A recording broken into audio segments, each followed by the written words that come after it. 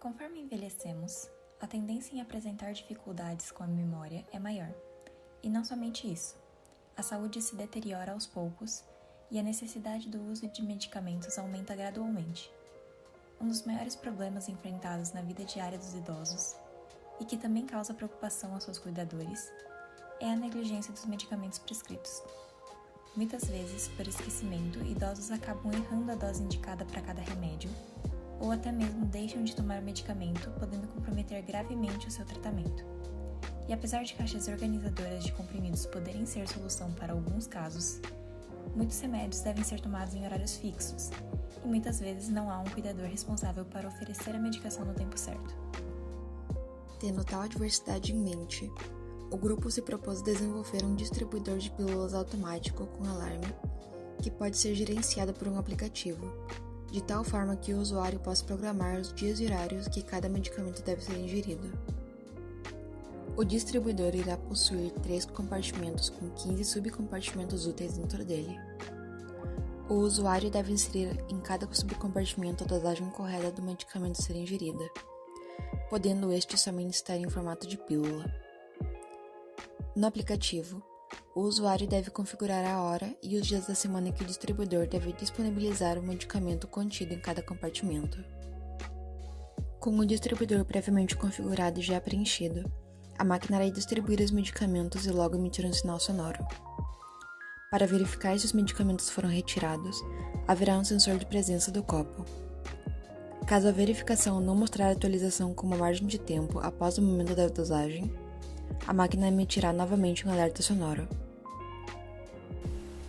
Os principais requisitos do projeto foram: 1. O aplicativo deve apresentar a interface para configurar os horários e dias da semana para a distribuição dos medicamentos. 2.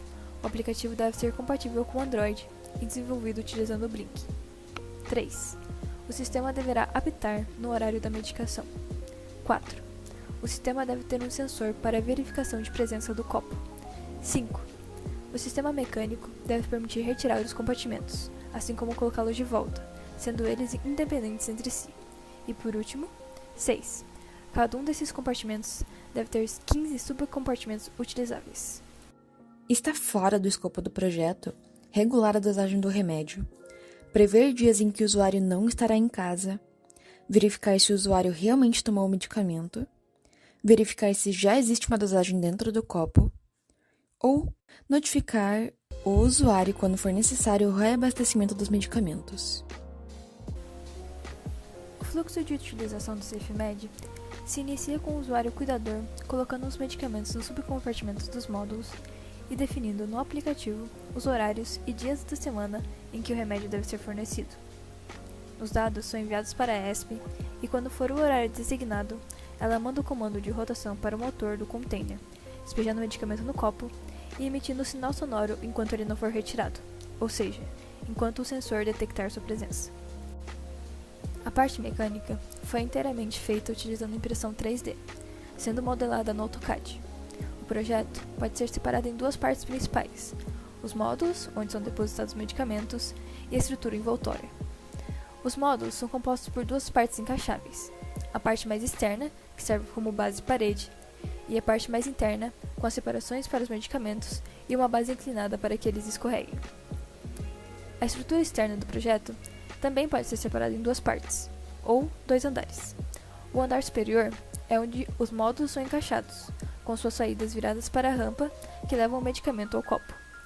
O andar inferior é onde se encontra toda a instalação do hardware, com locais específicos para parafusar os motores e com as aberturas do sensor e do cabo de alimentação. Em relação ao hardware, foi utilizado o microcontrolador ESP32 por ter uma grande quantidade de portas de entrada e saída e pelo fato de proporcionar comunicação sem fio através do Wi-Fi. Quanto aos periféricos do projeto, foram utilizados 3 motores de passo com driver ULN 2003 para controlar a rotação dos compartimentos, um sensor de obstáculo infravermelho para verificar a presença do copo e um buzzer piezoelétrico para o aviso sonoro. O software segue os passos mostrados no State Chart. No software há 2 abas. A principal mostra o horário. Na outra é possível rotacionar o compartimento compulsoriamente e definir os horários. com os horários já definidos. Assim que seja horário e dia da semana agendado, o compartimento será rotacionado. O ato de rotacionar o compartimento compulsoriamente não fará nenhum item. Ele é utilizado principalmente para esvaziar o dispenser ou despejar o medicamento caso o copo não tenha estado presente no momento do alarme. Para o agendamento, deve ser selecionado o dia da semana e horário do dia. Para despejar o medicamento, primeiro é verificado se o copo está presente. Se ele não estiver, uma notificação é enviada pelo aplicativo para que o usuário possa agir e partir disso. Caso o copo esteja presente, o motor é rotacionado e o controle do alarme é acionado. Ele irá tocar mais 2 vezes passadas de 7,5 minutos após o alarme principal, verificando a presença do copo para desativá-lo. Todo o firmware foi desenvolvido no Arduino IDE, utilizando as bibliotecas do Blink para fazer comunicação via Wi-Fi com o aplicativo. Após finalizar a montagem da mecânica, realizar o teste de cada módulo e seu hardware e integrar com o aplicativo, fizemos a união de tudo para a finalização do protótipo, que pode ser visto a seguir.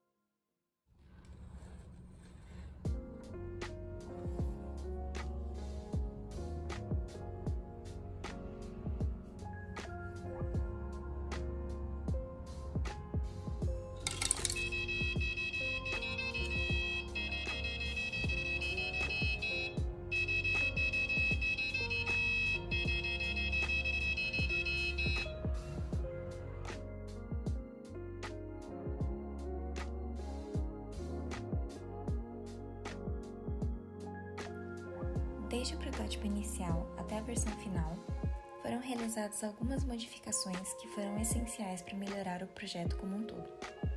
As principais mudanças estão associadas com a parte mecânica.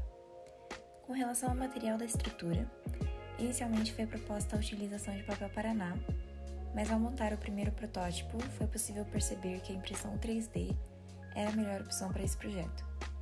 Também foi modificada a disposição dos compartimentos, que anteriormente estavam previstos para ficarem empilhados, e na versão final estão dispostos um ao lado do outro. Devido às limitações do Blink, como a restrição do número e dos tipos de widgets, não foi possível alcançar todos os requisitos propostos. Um dos requisitos era que o aplicativo deveria apresentar interface para configurar a quantidade de subcompartimentos preenchidos para cada compartimento, o que não pôde ser cumprido, uma vez que não havia a opção de adicionar campos de input de texto. Isso também afetou a parada do motor de um compartimento após girar a quantidade de subcompartimentos que haviam sido configurados no aplicativo como preenchidos. No entanto, esses requisitos não foram considerados prioridade no projeto, já que o usuário teria mais dificuldade para gerenciar o aplicativo. Para trabalhos futuros, seria interessante desenvolver um aplicativo próprio para o SafeMed, ao invés de utilizar o Blink, que tem limitações.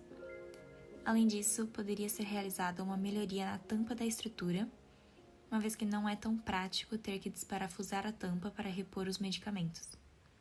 E outra melhoria possível seria a adição de um módulo RTC com bateria própria para evitar a dependência do Wi-Fi. No final, por causa da mudança no material utilizado para a parte mecânica, o orçamento acabou saindo mais alto do que o esperado, sendo o filamento utilizado para a impressão o item mais caro. Mas, de modo geral, a maioria dos componentes foram encontrados por menos de R$10, com exceção da ESP dos motores, resultando num preço total de aproximadamente R$ 280. Para a execução do projeto, o grupo se reunia 1 ou 2 vezes na semana para discutir e progredir em conjunto. As tarefas eram feitas, majoritariamente, no horário dessas reuniões e em grupo. Portanto, as horas dedicadas por cada membro não diferem muito.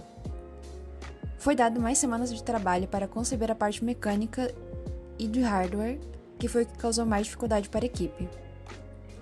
No total, foram 219 horas de trabalho.